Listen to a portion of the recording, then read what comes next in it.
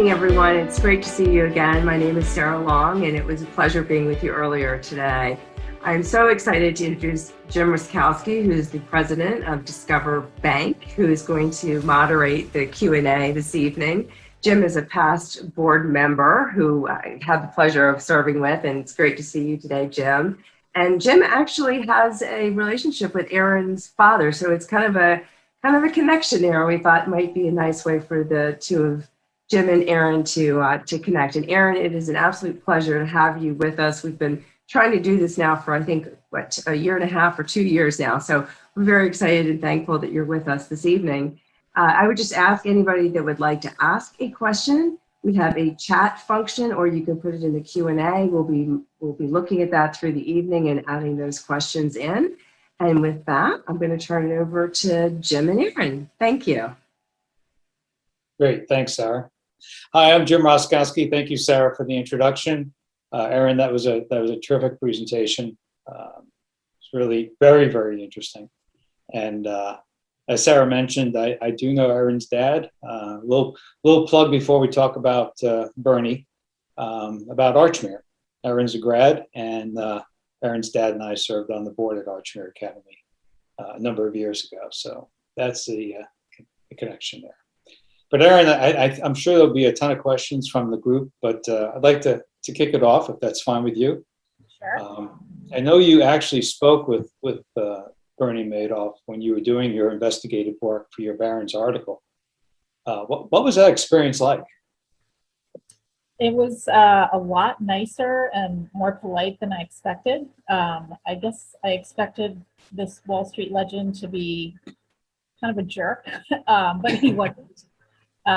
He was very avuncular. He said, I can't really explain my strategy because it's proprietary.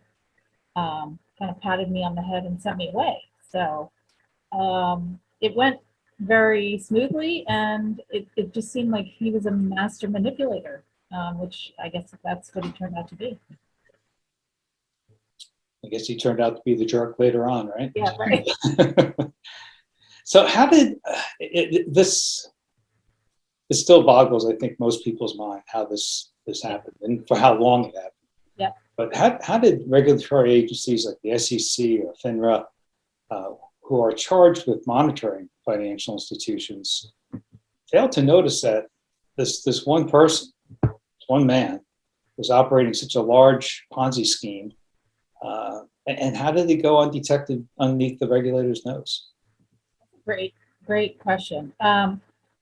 The best answer I can give, one that I will give, is that Bernie Madoff had a very good way of cultivating close relationships with regulators. He and his brother Peter were among the first to bring computerized trading to Wall Street. So they really helped create the structure of the market as we know it today. They introduced payment for order flow, which now all brokerages use, including Robinhood. So he kind of kept his enemies close, I guess, is how he did it. Sounds like The Godfather. Right. If anyone cares to, there is a 700-page or so Inspector General report that the SEC's watchdog put out, which I have read. So it's out there. And it's worth reading to kind of see how the SEC has fixed itself up. Yeah. Interesting. Yeah. We do have one question that just popped up from Robert.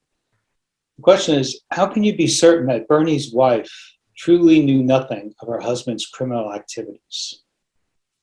Great. I'm actually certain that she did know. There are two schools of thought on this.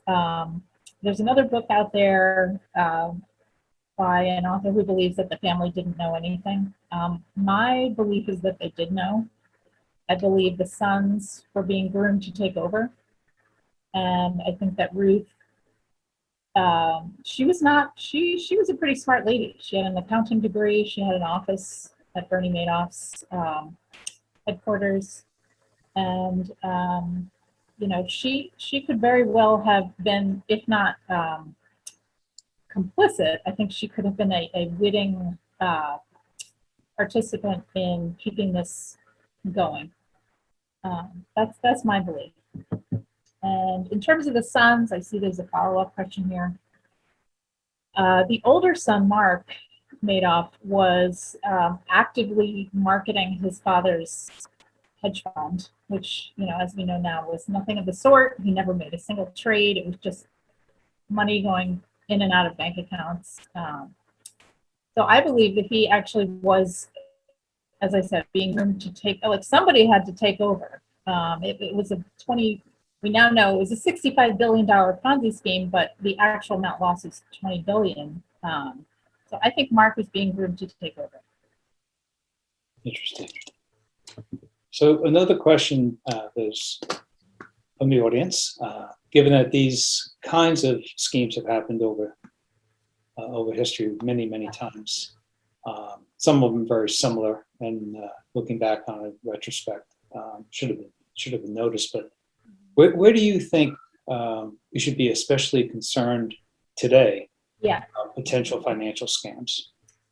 Well, I still cover a lot of these for the Philadelphia Inquirer, and I'll tell you the two main ones that I come across are like cryptocurrency. There's a lot of these pitches out there, especially targeting people who are new to investing.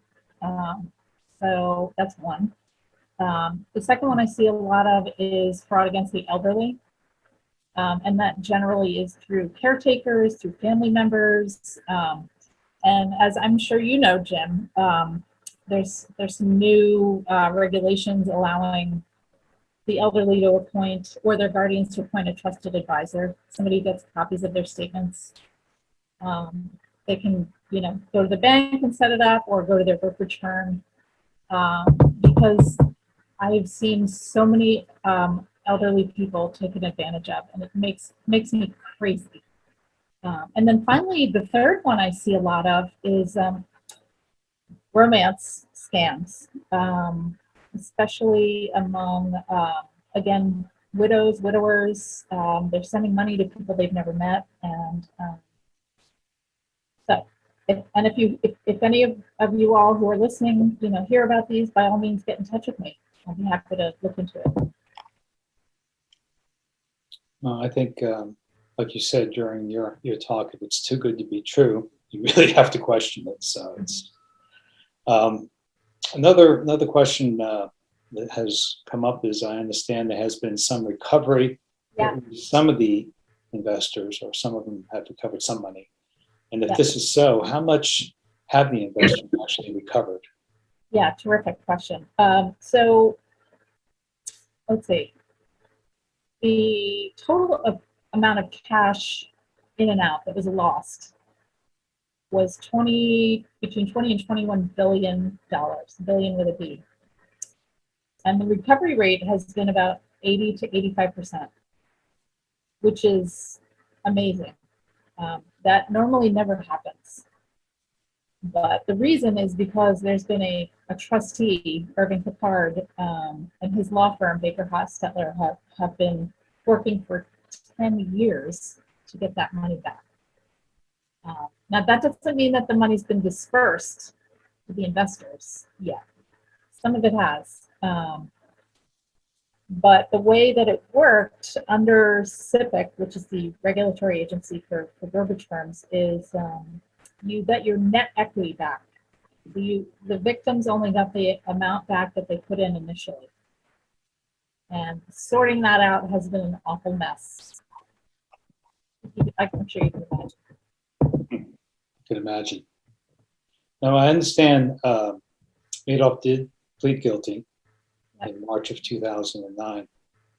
So there was not a trial, if that's correct. He said he was deeply sorry, ashamed. But did he ever really apologize? Did he really show any true remorse? No. The short answer is no. And which is why, I have always described him as a financial serial killer. He complained a lot about how, he carried these investors for a long time and, made their lives fantastic.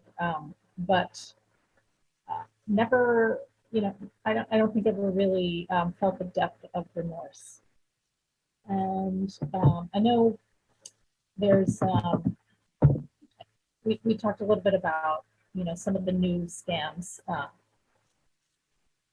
going on, but I think that it's important to understand that fraud comes in all shapes and sizes. Right. Bernie's was an affinity fraud, and I'm not just talking about universities and Jewish charities and so forth. I mean, he took everyone. He took, the bulk of the Palm Beach Country Club and so forth. And we see that happen over and over. Non-discriminatory crook, right? I guess one of the other questions that have come up, we're seeing some COVID pandemic related fraud, PPP fraud that has occurred. The Secret Service recently seized $2 billion in fraudulent COVID unemployment benefits. Yep. Are you looking into either, into those types of situations, perhaps yourself, or are you aware of others that are starting to look into this as well? As hopefully they'll never be the size and scope of a Madoff, but absolutely looking into it. In fact, I just got a tip from somebody out in the Philadelphia suburbs who said, there's a guy who is building a mansion across the street from my house, and he got $1 million PPP loan. You might want to look into that. So it's definitely happening. And I just interviewed a guy named Jeff Grant, who runs a white collar, if you can believe this, a recovery group for white collar fraud felons for criminals. And he, in fact, committed SBA loan fraud way back when. So it's out there, it's happening. It's very hard to police, however. I think it's been not quite as maybe as bad as it could have been because banks, the one that you work at, and some of these non-traditional lenders are very interested in making sure that the money was dispersed in a legal way. So, and then I see another question here about, do you think there's another large scheme in size similar to Bernie's happening today, hidden from regulators? Not that I know of, but if you hear of any, you know where to find me. You'll be the first we'll call. So this is a question from a relatively new investor. And his question is, with a lot of new investors in the market, including himself, do you think there's enough talk in the media about tax ramifications and really understanding the markets, stocks, crypto? Mm-hmm. People can get caught up in those types of things, just the whole GameStop media hype about that. Do you think there really is enough focus on that? No. I myself just learned that, selling crypto, I believe it's taxed at an ordinary income rate. I could be wrong about that, but a lot of people who made money in crypto are getting hit with a huge tax bill. And you'll notice on the 1040 this year that the IRS is asking filers, do you own any crypto? And you have to answer yes or no. So the IRS, Uncle Sam is starting to take notice. So even if we in the media are guilty of not talking about it enough, the IRS is interested. In terms of selling stocks, I mean, the tax ramifications, there are a lot smarter people than me who know about tax loss harvesting and so forth. So, and think there was another question too, Jim, about recourse for investors who had Yeah. significant gains. Yeah, some of the investors did actually have gains. Not Yeah. everybody. Yeah. You know, over the years, some had gains. Was there any investigation into potentially recourse on those gains? Definitely. So this is what the trustee was appointed essentially to claw back, which were the gains made by investors who were getting, not just 10% a year, but in some cases like 900% a year. One of them was a guy by the name of Jeffrey Paytower. He died very mysteriously after Madoff's arrest in his swimming pool in Palm Beach. And his widow had to give back $7 billion, which was a big chunk of the recovery. And then, of course, you had all the net winners had to give their money back. So, like Fred Wilpon, the owner of the New York Mets, and there were thousands. Thank goodness. As a New York fan, he's gone. But yeah, I could. $7 billion is a big hit. How long did it take you to do the research for first your initial story, and now subsequently your book? Must have taken quite some time. Yeah. So the original story, which I cannot even believe it, came out almost exactly 20 years ago in Barron's. Really? Wow. That took about, I would say, probably 4 or 5 months. And the magazine Barron's, for those of you who read it, God bless you. It is, it can be kind of boring, but they tend to write contrarian stories, things questioning valuation. And so I was very lucky to get it published there. The book took about a year. And I got a phone call from the publisher right after Madoff was arrested to write it, and we cranked it out in about a year. Okay. When after the article came out, especially the book, more on a personal note, did you receive any backlash, negative feedback, or even potentially After it came out? Yeah, I was surprised that I did not actually. You can read it. I didn't hear a single thing. Really? No. Sorry, my baby's crying upstairs. But I didn't hear a single thing, and years went by, and I thought, whoa, either I'm crazy or I was completely out of my depth. But I knew something was wrong, so. I will also put in the chat here some info on what the FBI found after they did their investigation.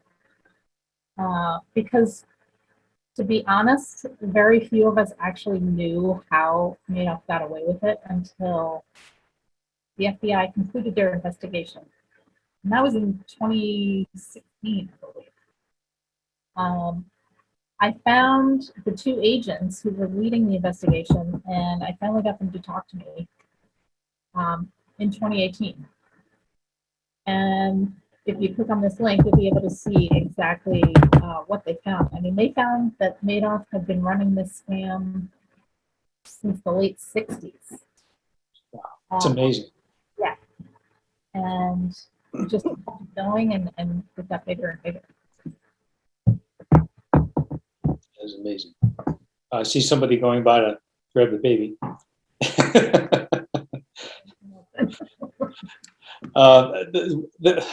Here's a little different question.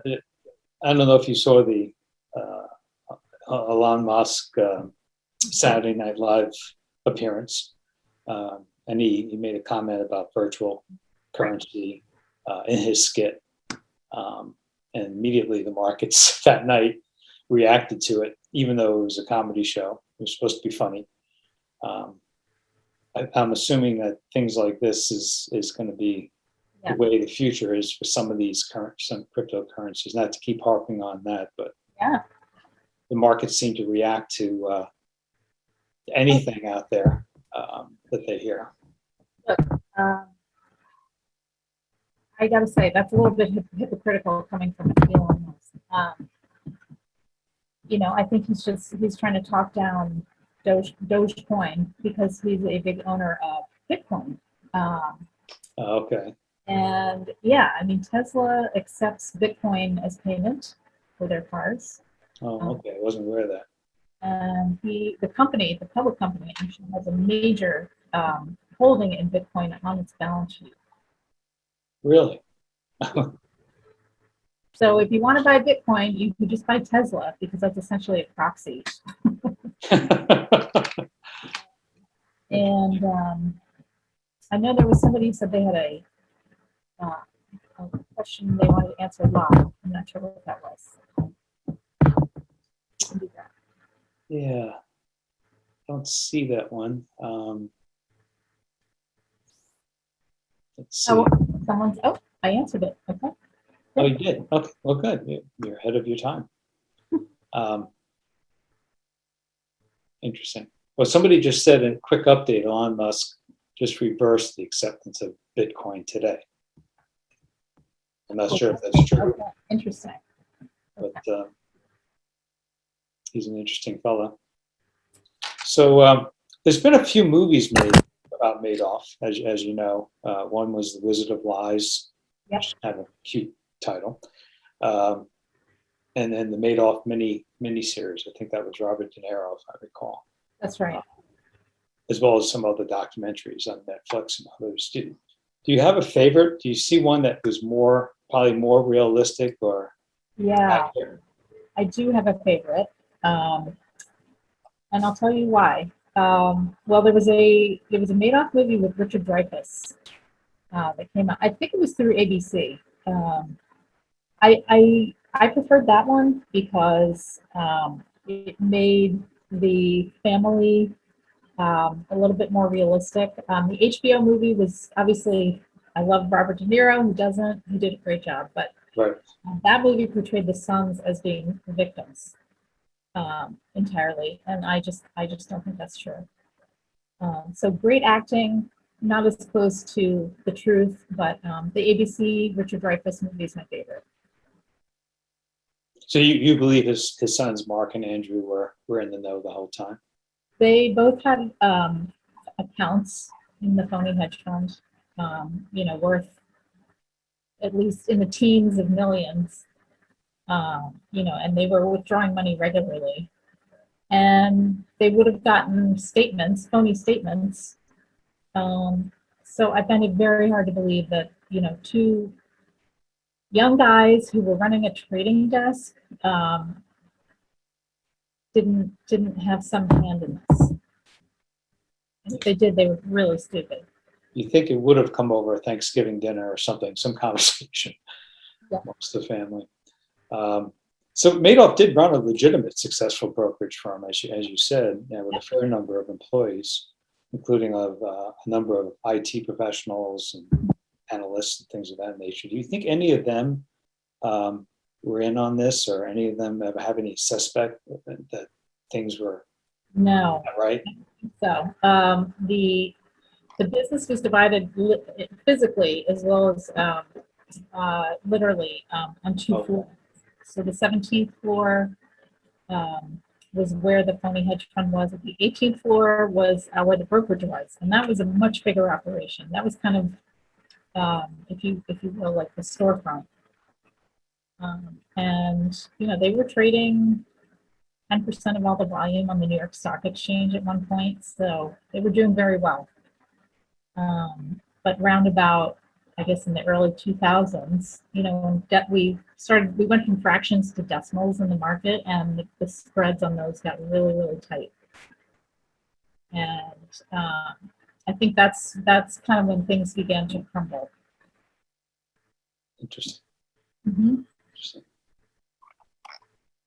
Let's see if there's any other questions. Yes, here's one here. Also, there was a podcast, The American Scandal, which had a good series on Madoff, where the family was portrayed as knowing nothing. Person says, "I'm with you, though." It seems unlikely they wouldn't have known. So, I would just say that what the FBI found when they did their forensic investigation was they found the keys to a warehouse in Queens, Really? stuffed with documents going back to the 1960s. So, they had to put a team of investigators and accountants and analysts together to essentially rebuild the fraud from, going backwards to the 60s. And, Madoff did not do it alone. He had a whole staff of about a dozen IT guys, bookkeepers, somebody who would pump out all these phony statements, especially when the SEC came to visit. And they all knew what they were doing. And to answer the question about what became of the two sons, so Mark committed suicide 2 years to the day after his father was arrested, so in 2010. And then Andrew had a long battle with cancer, which came back, and he ultimately succumbed to that. But to the end, professing his innocence. Now, you mentioned earlier, what was the percentage of the funds that were recovered? Was it Between 80 and 85%. 80, 85%? 20 billion. That's quite a bit. That's amazing. Do you ever think there's a shot of the other 15 to 20% being recovered, or is that gone? Yeah, it's definitely possible. A lot of the resistance has come from the fund of hedge funds, the feeders into Madoff's funds, because they either took that money out as fees and it's gone, or they've just chosen, a lot of them were based out of outside of the U.S. and they would just prefer to fight it. Interesting. Mm-hmm. So what was your reaction when you first heard Madoff was arrested? I mean, you probably weren't surprised in some ways, right? But in another way, he's been getting away with this for decades. So yeah, I have a G-rated version, and I have well, let's see. It's after 6 o'clock. The kids are probably asleep okay. now. If we're drinking wine, if everyone's got their glass already, it was December of 2008. I actually had left journalism. I was working for Alliance Bernstein for a couple of years, and I got laid off in the financial crisis. So I was sitting on my couch watching CNBC, as I normally do, and the headline came over that he had been arrested, and I started jumping up and saying, "Oh my God, they finally got him!" So I was not. I guess I kind of knew that there was something not right. And if anyone on this panel is listening, like if you have a bad feeling, like trust your gut, because you're probably right. Yeah. So I have a question about you. I know we talked about you went to Archmere, you went to Ursuline in grammar school. Yep. You went to Tufts University, and then you started your career at Dow Jones News Service. But what brought you kind of down the path of journalism and investigative journalism to the success levels that you've experienced? Oh my goodness. So the short answer is that I wanted to be a writer, and I had to figure out how to do that and get paid. That's So, yeah. because for anyone out there who wants to work or be published as a writer, it is a tough business, and it doesn't pay well. So I got into business journalism because, as you know, my dad is in the asset management business, and he and my sister actually are both. She runs her own fund now. So I'm kind of view myself as a translator of the finance business for the rest of us who don't understand it, and I've been very lucky, and I got a great education, all due to my mom and dad, And I guess, look, I love a good mystery, just like everyone else. Yeah. Well, you have another mystery with Libor. Now we're getting off of Madoff a little bit, but Yeah. You've also written a book on the whole Libor scandal. Do you have any comments or thoughts about that you'd like to share? God bless you for asking about interest rates. So yeah, the Libor, the London Interbank Offer Rate, which I know you know, was, surprise, surprise, being manipulated during the financial crisis. And so it's just literally just today, there was a story in the Wall Street Journal about the replacement for that benchmark, which I believe is going to be the SOFR. Is that right? I believe so. The overnight rate. It's again an awful mess. Like, how do you untie a LIBOR pegged mortgage using a new benchmark? Like, you can't. So I don't know. What are you doing at the bank about that? That's a loaded question, so I think I'll pass on that one. But yeah, it's. I have read your Madoff book, but I have not read the Libor one, but I will. And the Libor book, do a little advertising here. Open Secret: The Global Banking Conspiracy to Swindle Investors Out of Billions, published in September, back in 2014, I guess it was, right? But I'm going to get that and read that one because I enjoyed the Madoff book. We do have another question here. In the article that you had sent, said that some of the programmers had confronted Madoff. Yep. And asked that he pay them actually in diamonds, which is surprising.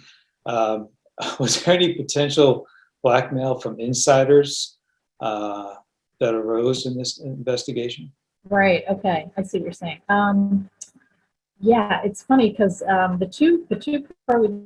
these two guys were part of what were dubbed the Madoff Five. So it was Frank DePasquale, who was Bernie's right-hand man, Annette DiBongiorno, who was his secretary, the two programmers, and the bookkeeper. And so all of them were just living high on the hog. I mean, they were making salaries of $1 million plus every year. They were getting interest-free loans from Bernie. His secretary drove a Bentley. But at some point, the computer guys had, I don't know, a pang of conscience or something. And they went to Bernie and said, we're not going to keep these, old IBM AS400 computer programs running anymore, the ones that create your phony statements. And he said, all right, well, just give me a number and I'll pay you. And they said, all right, pay us in diamonds. And of course, he said, you'll get lost. But he gave them each like $100,000 raise, and that was it. And really? Yeah, that was enough. And that was enough to keep them quiet. That's right. Crazy. Yeah. Let's see. I don't see any other questions. I've asked the questions I wanted to ask. I don't see any other ones right now, so I don't know if Sarah wants to jump back on, or if you have any closing comments, Erin, you'd like to share with the group. There was one question I don't think we answered, which was, do you think all the funds will be recovered? Yes. When would you think that would happen, if you think that's going to happen? I would say the likelihood of 100% is pretty low. Right. 85%, I mean, that's outstanding. Normally in frauds in the brokerage account, SIPC says that they're insured, but very rarely do you get your money back, almost never. So this kind of recovery is almost unheard of. 100%, maybe in my lifetime, probably. So I have a question I've been dying to ask, and that is that, Bernie Madoff actually said something not very nice about you to the SEC when he was being interviewed as part of this. And I think he said, and I'm going to try to read this, that Erin Arvedlund, that idiot woman from Barron's, didn't know what she was talking about, and it was obvious that she was not familiar with the industry. What was your reaction to that? Ah, best compliment I ever got. Yeah, I didn't find out about that until I think it was the congressional hearings when the the SEC commissioner had to testify and all the supporting documents came out. So I was amused and flattered. Very good. Very good. Well, thank you so much, Jim, for leading the Q&A tonight. Erin, it has been a real pleasure having you with us. I'm so glad that we were able to do this. Of course, Although virtual. It's been terrific to be together. I just wanted to say to everyone, thank you so much for being with us. We really appreciate everybody sticking in there and doing this virtually with us. Next year, we're looking forward to doing this in person for sure. And with that, I think I can officially close the 126th meeting of the Delaware Bankers Association. Stay well, get vaccinated. See you all soon. Thank you. Thanks again, Erin. Take care. thank you. Thanks, Sarah. Thank you. Bye-bye.